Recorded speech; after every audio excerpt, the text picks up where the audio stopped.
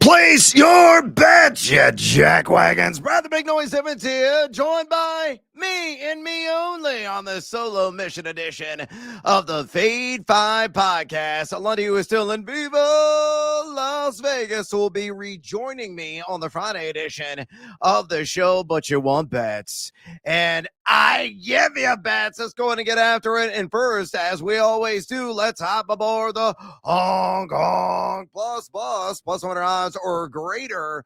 That is the requirement. And Lundy actually shipped me a hockey pick. So if you're you that love to drop the puck and try to make some bucks, he's got you covered. He is going to roll on this Wednesday edition of the pod with Brad Marchand. I've actually heard of that guy. Anytime goal against the LA Kings at plus 185 at DraftKings. Do I have any reasoning behind that?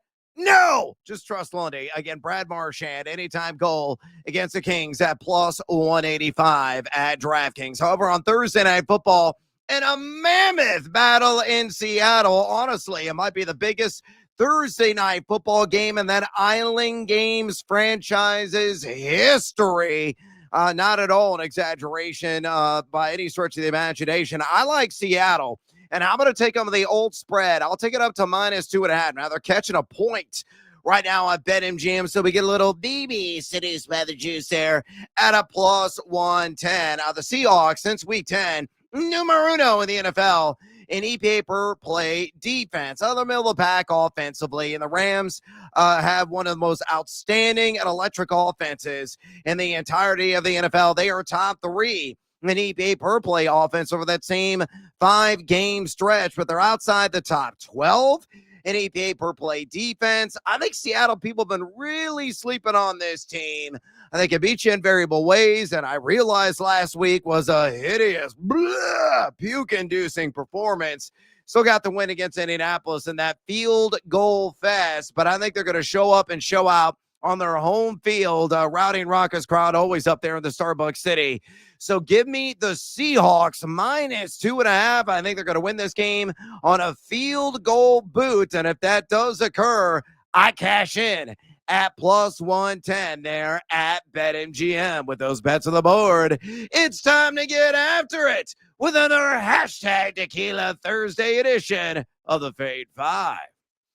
All right, numero 5 here on the countdown. Oh, boy, we're going to get bold right off the bat. I am going to fade Puka Nacua, numero 5, on the countdown. I'm going to take the under. Oh, and folks, it's got a better line. Let me go ahead and adjust it for those of you who are watching the video version of the podcast right now on YouTube because the number has climbed an even better value. The under on 95.5 receiving yards on Nacua at a minus 115. Available there at BetMGM. Again, Seattle now laying the numero uno in EPA per play defense over the last handful of weeks, but they are also number 1 tops in dropback EPAD over the same span. You look at Josh Jobe, it's going to be the primary cover man for the dynamite Puka Nacua. He's been rather stout in coverage, only giving up a 53.5% catch rate and 79.1 passer rating to his assignments. Now, you look at the number of players that have done this, only a couple have against Seattle all season long, meaning they got to 96 or more yards.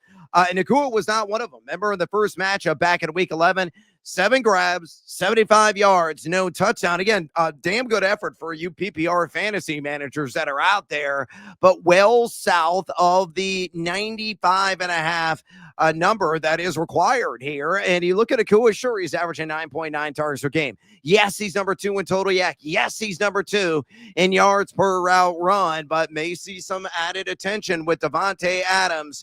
Highly unlikely to play. What that bulky hamstrings will put together. I'm living to land down under on Puka Nacua. 95.5 receiving yards at a minus 115 at BetMGM. Numero Quattro here on the hashtag Tequila Thursday edition of the Fade 5 Countdown. Let's get some plus money on the board. Yes, and really rolling the shoulders because we're really getting seduced by the juice on Colby Parkinson. Give me him for anytime touchdown plus 230. Bank this there at Caesars Sportsbook. Parkinson, I think, is really going to pick up the slack for the likely out Devontae Adams. He has been a touchdown scoring machine.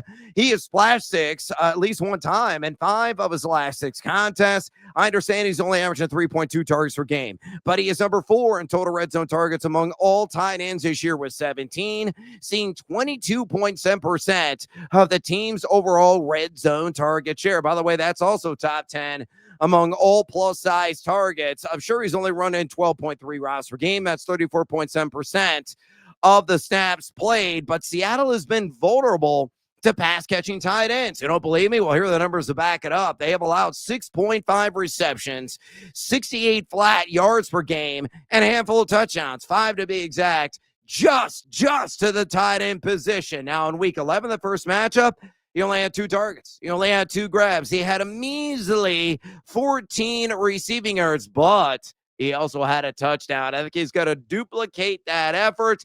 Give me Colby Parkinson, who I think is going to catch at least 1 touchdown off the hand of 37-year-old MVP frontrunner Matthew Stafford. He does that. I cash in at plus 230 at Caesars. Numero Trace here on the Hashtag Tequila Thursday edition of the Fade 5 Countdown. You want a degenerate bet? Yeah, this is a degenerate bet. For you sickos out there, I just need one catch. That is it from Blake Corum. Give me the over a half a reception plus 120. More roll the shoulders and get seduced by the juice kind of play there.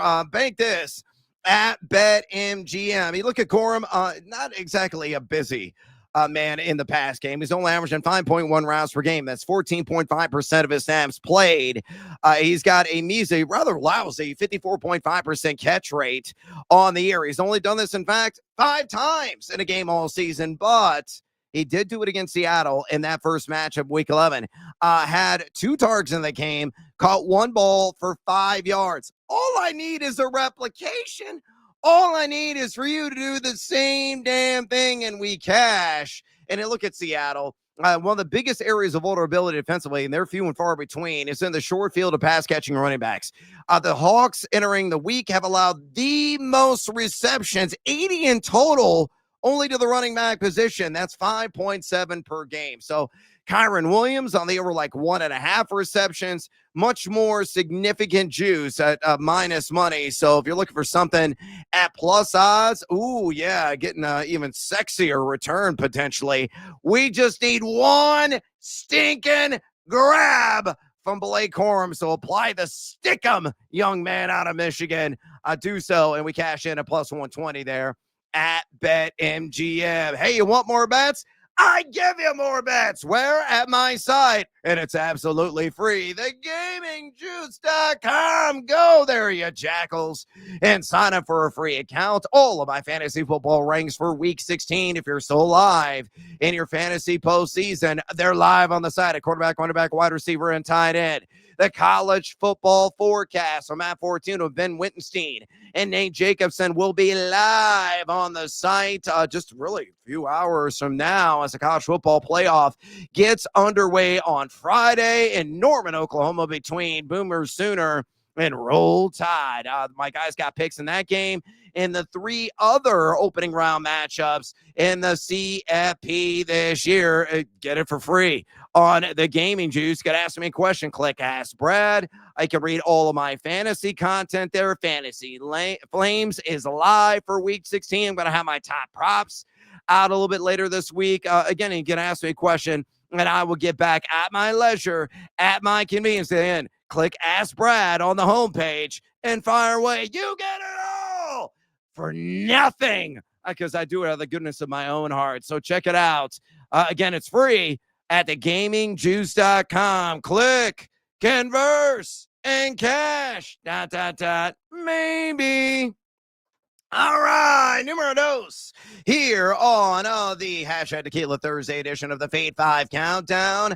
Let's get some more plus money on the board, and this is Even Steven. So super, it's like a newborn baby seduced by the juice there, and that's Kenneth Walker the third. Give me him over 12.5 rush attempts. And, it's kind of like, let's correlate, synergize, and bring it all together. If I feel Seattle's going to win this game, A, they're going to be highly competitive, and B, that means they're going to be able to run the ball, possibly with a lead late in the game. So we might be puckering up in all the wrong places. Have a towel handy because, we're going to have to pat down the brow because the sweat is going to build on this one. But I think he's going to get to 13 to 15 totes on the ground if he does that. And again, we cash in a plus 100 on the third there at BetMGM. Walker has done this 7 times this season. In fact, he's averaging just north of the needed number. 12.8 rush attempts per game is the average this year. He had 16 balls of belly. Week 11 of the first match against LAR.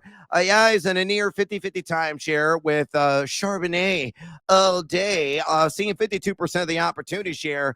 The Rams have allowed the 12th most rushing attempts since week 10, giving up 20.9 per game. 10 guys, 10 have achieved this against them this season. So put all together, I think Walker, again, this one you're going to have to wait probably until the 11th hour, but I am cautiously optimistic. Fingers crossed. Kenneth Walker gets 13 rush attempts and cashes the over on the 12.5 at plus 100 there at BetMGM. And numero uno on this Thursday edition of the Countdown. Yeah, we got to get some JSN action, and this is the best way I feel to play. Give me Jaxon Smith-Njigba, if I can say it correctly. Most receiving yards in the game. More plus money, plus 105 there at DraftKings. And bonus time. If you think he's got a lead at this game receiving yards, also take him at 100 plus receiving yards at plus 122. Also available at DraftKings. Far and away the best price that I've seen so far in the business. But focusing in, most receiving yards of the game. Look, I'm laying down under on Puka Nacua in the 95.5. So somebody's got to lead this game of receiving yards. I don't think it's going to be Puka. It's got to be JSN, who still has a shot to unseat Megatron Calvin Johnson for the all-time single-season receiving yards record in NFL history, which is just shy of 2,000. He's just on pace for over 1,900. So that's still a card certainly in play. He's not thinking about that. What he's thinking about is his squad getting the victory and maybe getting a leg up on the 1 seed in the NFC for the NFL playoffs. But I digress on JSN specifically. 9.3 targets per game is what he's averaging this season. He's numero uno in total air yards, and numero cuatro in total yak, and numero uno in yards per route run. He had a $105 through the air, kind of use and abuse Emmanuel Forbes in week 11. And a guy that should have that kind of resounding success again. He's averaging 126.5 passer rating on a per game basis every time he's freaking targeted this year. So he is very much on the same page, locked at the hip, joined at it with Sam Darnold. And if he gets Emmanuel Forbes often coverage, most likely he will, he should absolutely dominate. Forbes has given up the eighth most yards of any defensive back in the NFL this season.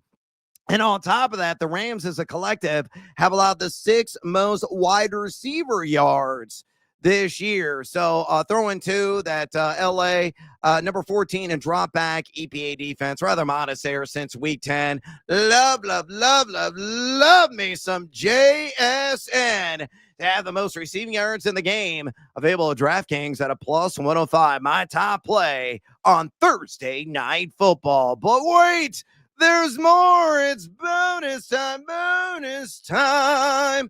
Let's get the Team Huevos parlay play out there. Not going to give you a whole lot of reasoning behind it. Fade or follow, that, of course, is up to you. Same game parlay as usual. Leg numero uno, give me Seattle on the alt line. So, yeah, being a little bit of a fraidy cat here, but in case I'm wrong and they flip the script, they end up losing this game by a field goal, I still cash on leg numero uno at plus 3.5 on that alt line for the Hawks. Leg numero dos, give me Kenneth Walker, the 25 plus rush yards. If I feel he's got to get at least 13 carries, he should easily reach that threshold. Numero tres, give me Blake Corum, 25 plus rush yards as well. His role has been slowly creeping up. His over-under rush attempts at 9.5. I think that's a really solid number. I think he's going to be, toe of the line of 10 bowls of the belly. Even if he gets like 7 or 8, should hit 25 plus on the ground in this one. And then leg numero cuatro, Kyron Williams, also 10 plus rush attempts, more or less a 60-40 split is what this backfield has evolved into. And Kyron, he's going to be in the conversation, probably get 14 or 15 in this highly competitive game. So to recap, the Team Whiteless parlay play, same game parlay style. Seattle plus 3.5 on the outline. Kenneth Walker III, 25 plus rush yards. Blake Corum, 25 plus rush yards. And Kyron Williams, the leg numero cuatro, 10 plus rush attempts, plus 189 L's to the yes. Built there at the Score Bet, formerly known as ESPN Bet. All right, elsewhere in bonus time. I got some college basketball plays on Wednesday. Already on my free and transparent, always public spreadsheet. Check them out at thegamingjuice.com. Your boy has been on a bit of a heater in college hoops so far this year. Already off to a 5-1 start this week, which means it's all going to come crashing down and burning in a giant heap here in short order. But, you never know. You could fade living daylights out of me and make the kit and caboodle, or continue to follow me and pray that I do indeed stay smoking white hot. So I'm not going to fire off on any college basketball bets. I don't have any in front of me. Again, they're on the spreadsheet. However, I got one look ahead line that I've already dug into. It's already posted on the spreadsheet that I love on the main slate of Sunday games in the National Football League. Chris, you hear those angels? Oh, that's Mr. Godwin. I took the over on 33.5 receiving yards. An enormous matchup, a lot of playoff implications, division title implications, taking on the Carolina Panthers. 33.5 receiving yards. That's it at a minus 110 juice. And I booked that there at BetMGM. Carolina is just number 21 in drop back EPA defense since week 10. Though on the season, they have allowed the 11th fewest WR yards overall. However, their primary area weakness is defending the slot. As you look at Smith-Wade, their primary slot corner has allowed the 10th most slot yards of any slot corner in the National Football League. 19 WRs have gone for at least 34 yards against those kiddies from Charlotte. And you look at Godwin, seeing him on 6 targets per game. And yes, unsightly number 87 and A-dot. He's a guy that is a nickel dimer, as Billy Raff would like to say, only a 70.8 passer rating when targeted, but he has gone over 33.5 receiving yards in 2 of his last 3 games. So I'm going to try to maximize the matchup, even with my cousin, Mike Evans back. I'm at Puka, maybe Kate, I can do some dirty work. I interviewed an insider, Walker Mel, on BetMGM tonight earlier this week, and he covers the Carolina Panthers, and I asked him, what's the biggest area of susceptibility defensively for this Panther squad? He said, over the middle, via the air, bar none. That's Chris Godwin's territory. So a guy that is a consummate dirty worker. So I love the over on 33.5 receiving yards. By the way, bonus time for Lundy. He's also going to go with JSN anytime touchdown at plus 115 at DraftKings there on Thursday Night Football. All right, I'm out of breath and out of time here on the Thursday edition of the Fade 5 podcast. Do us a favor, would you kindly and drop us a rating and a review at your convenience. Also, fade or follow us on the X or the Twitter. Lundy at Nate Lundy, myself at Noisy Huevos. Go to thegamingjuice.com and sign up for a free account, and go to my friends at Betalytics as well, and use that promo code JUICE. Again, promo code JUICE for 25% off their awesome projections today. Good luck and all your bets on Thursday Night Football. And until Friday on the edition of the Fade 5 podcast, fade or follow, that is up to you.